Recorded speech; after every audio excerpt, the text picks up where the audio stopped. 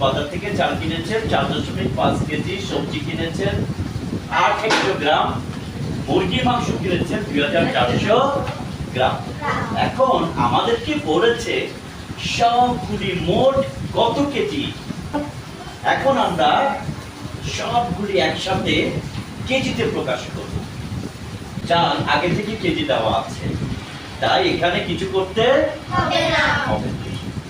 এখন সবজি 8 হেক্টোগ্রাম, দেখো 8 হেক্টোগ্রামকে আমি 10 দিয়ে ভাগ দিয়েছি কেজিতে প্রকাশ করার জন্য। কেন 10 দিয়ে ভাগ দিয়েছি? কারণ 10 হেক্টোগ্রামে 1 কেজি। মুরগির মাংস দেখো 2400 গ্রাম, 2400 গ্রামকে 1000 দিয়ে ভাগ দিয়েছি। কেন 1000 দিয়ে ভাগ দিয়েছি? কেজিতে প্রকাশ করার জন্য। এখন কেজিতে প্রকাশ করার জন্য 1000 দিয়ে ভাগ দিলাম কেন?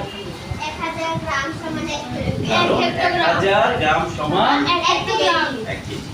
এখন 1000 দিয়ে যখন ভাগ দিয়েছি তখন হয়ে গেল কত? 2.4 কেজি। এখন দেখো সবগুলি কেজিতে প্রকাশ হয়ে গিয়েছে, ঠিক না? Yes sir. এখন আমরা যোগ করে দিই। যোগ করে দিলে আমরা কত পাই? 8 4 12 আর 5 17 7 তাতে 1 3 4 3 7 মাঝখানে দশমিক বসে বসে যাবে। থাকে।